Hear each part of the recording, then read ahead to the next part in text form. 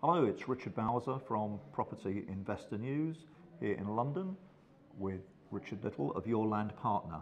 Now, Richard, we talked earlier about property development and we talked about land and planning. Quite a lot of people who attend property networking meetings are attracted to and interested in land and planning, but perhaps feel that it's much more for the big boys. Are there opportunities for small investors? I use that term as a broad term to despise people who are interested in property, but perhaps haven't got the experience, haven't got large sums of money to maybe to make a start and get going in terms of the land and planning process? Yeah, absolutely. I mean, firstly, it's connecting people. So connecting people like ourselves and lots of other people that are looking for sites and will invest larger sums of money in the planning process. Yes. So that connection is invaluable. So we have people introducing us to people, and most of the people that are in the property business know people that have land. Indeed. And a lot of those people with land really know how to extract the greatest value for them. Mm-hmm. And we very much try and get. I think it's typically called a win-win. Yes. And we look to get the best value for them, because if we get the best value for them, then invariably it's a good deal for us. Yes. So people that are new to it, it's all about spotting land, talking to people that they're looking for land, they're looking for bigger developments. So in the end, they almost become introducers or brokers. And if they then have a certain amount of money, they may well be able to attract a little bit more investment, providing they've got a good planning team. It is a bit risky, to be fair, when they're attracting maybe other people's money to the table of something that they probably don't really control.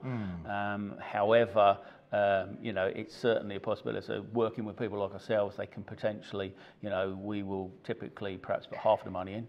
They might put half the planning money in, but we will take the project on with them, so they'll actually end up getting, perhaps 40% or whatever of the uplift. Yes. So yeah, that happens. But for us, it's all about that land. That piece of land. And most people in property, they can spot a piece of land that might have opportunity. So yes, there is much, but there's too many people, I suppose, that just think that they're just going to see a piece of land and they're going to go and get the planning without actually risking any money. And we risk hundreds of thousands on sites. Indeed. Yes. Very interesting responses there. So just one or two tips in terms of approaching and talking with landowners. I mean, I think we talked previously about maybe an article for the magazine. Yep.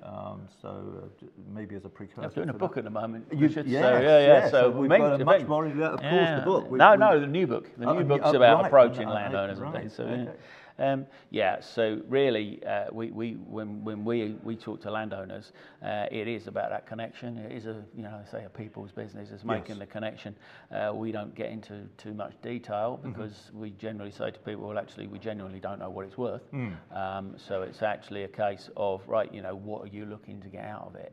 Because it's not the top line amount of money that somebody gets. It's actually how much they get in the bank or whatever it is they're looking to do, retain units. So it's understanding really where the landowner's position is in terms of what they want to do, what they want to achieve.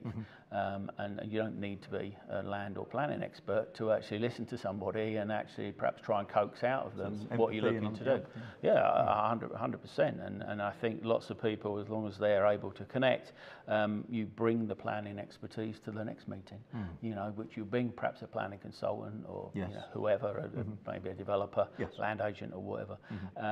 But actually it is all about that connection. So what do we say to them? I mean, we come from a slightly different position, I suppose, but we still start on the basis that, what you're looking to do, what you're looking to achieve, and we're trying to see if they will work together. That's our ultimate. We want to work with them through the process. So in terms of what people can do, it's more about making the connection than anything else. What I would say is don't try and sort of waffle people and sort of tell them about planning and, what planning is like, it takes forever. Don't commit yourself to time frames, because however long you think it's going to take planning, it will probably take double the time.